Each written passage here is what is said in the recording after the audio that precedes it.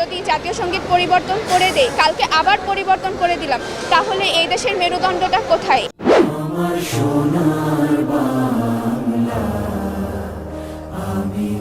কোথায়? 1971-এর মার্চ মাসের 3 তারিখে যে জিনিসটা আমাদের এখানে গীত হয়েছিল এবং সর্বজন সম্মতিতে গ্রাহ্যে, সেইটা আমি নিজে সেটা পরিবর্তনের পক্ষে নই। কারণ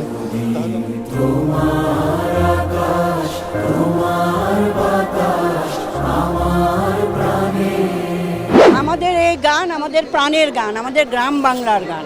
আমরা চাই আমাদের এই গান কেউ রুদ্ধ করে না দিক। বাংলাদেশের জাতীয় সঙ্গীত পরিবর্তন নিয়ে এবার মাঠে নেমেছেন সমন্বয়করা।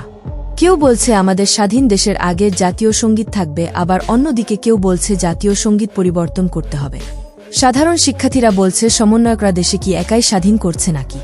যখন খুশি তাই করবে, আর আমরা মুখ বুজে সহ্য করব, তা আমরা কখনো হতে দিব না।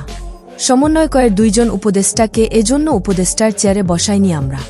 এদিকে আবার সাধারণ জনগণ বলছে আমাদের আগের সরকারে ভালো ছিল। তার আগের সরকার আমরা আসিলাম, ভালো আসিলাম। 19 বছরের ভিতরে এরকম ইতিহাসে কোনো সময় হয় নাই ভাই। আগে মোটামুটি ভালোই আসিলাম ভাই, রিক্সা চালায়া মোটামুটি ডেলি দৈনিক। দেশ থেকে সাবেক প্রধানমন্ত্রী শেখ হাসিনা যাওয়ার পর থেকে দেশে বর্তমান আন্দোলনের শেষ নেই। কেউ টিকটক নিয়ে আন্দোলন করছে, কেউ আবার পরীক্ষা ছাড়াই অটো চাকরি চাচ্ছে। এভাবে দেশ চলতে থাকলে একটি সময় আমাদের সোনার বাংলাদেশ বিদেশ হয়ে যাবে বলে মন্তব্য করেছেন এক রাজনীতিবিদ।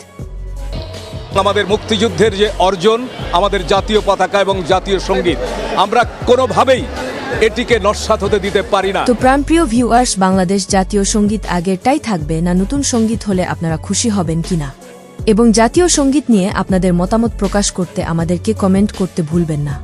বাংলাদেশের জাতীয় সঙ্গীত আমার সোনার বাংলা, আমি তোমায় ভালোবাসি। আমাদের অর্জন বাংলাদেশের জাতীয় পতাকা। যে জায়গায় এর বিরুদ্ধে কোনো ষড়যন্ত্রের কথা শুনবো, আভাস আসবে, আমরা অবশ্যই তার বিরুদ্ধে রুখে দাঁড়াবো।